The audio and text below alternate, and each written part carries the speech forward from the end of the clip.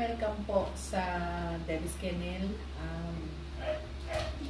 Gusto lang namin mag-share ng kaalaman tungkol sa ating mga poor babies na naka-experience ng distemper.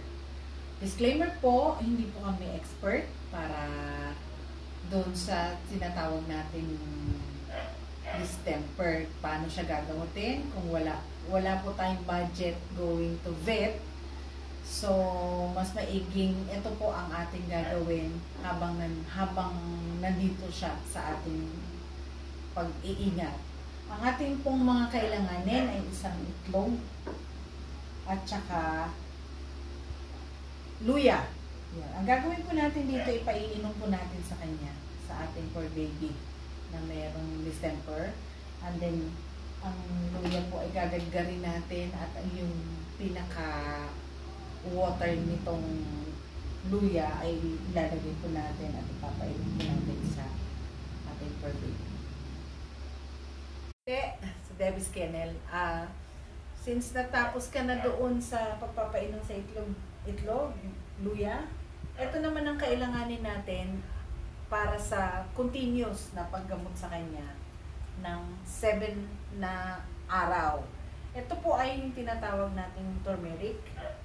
Ito ay karaniwang nabibili naman natin sa grocery, sa palengke, yung turmeric. At saka yung tinatawag na SFP 500. Ito po ay tinutunaw kasama ang turmeric. Itutunaw siya sa water. At yun ang ipaiinom natin sa isang ating poor baby na nagkaroon ng distemper. Ang aming pong poor baby ay nagkaroon ng discharge na po talaga. So, matatakot ka na kasi sobrang smelly na. Hindi mo kakayanin siya. So, nung nagamot namin siya, itong mga ito, okay na po siya. After 2 days lang, okay na po siya ngayon. At ngayon kumakain na po siya ng madami na po siya. Ang gagawin niyo lang po, paunti-unti ang pagbigay ng pagkain habang gumagaling po ang ating baby. Ito po yung aming baby na nagka-distemper. Ito na po siya ngayon. Malakas na po siya. Nanghingi na po ng food. Sa Debbie's Kennel po.